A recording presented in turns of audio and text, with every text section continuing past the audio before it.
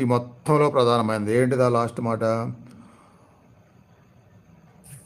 మాయావరణమున్నంత కాలము అట్టి నిశ్చితమైన జ్ఞానం పొందుట అసంభవము. అంటే భౌతిక మాయలు ఉన్నంతకాలము నిశ్చితమైన జ్ఞానము పొందుట అసమం అంట, అసలు పొందలేరు. అయితే అట్టి అజ్ఞానమును తొలగించి శాశ్వతముగా సర్వజీవులకును ఆత్మ వికాసము కలిగించుటకై భగవంతుడు భగవద్గీతను బోధించున్నాడు. ఆ బోధించిన భగవద్గీతను విని అర్థం చేసుకుంటే అప్పుడు మాత్రమే సంభవము.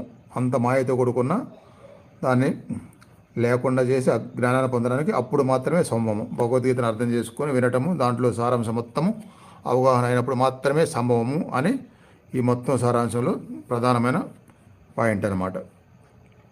17వ శ్లోకము మనం రేపు చెప్పుకుంటాము. ఓం నమో భగవతే వాసుదేవ.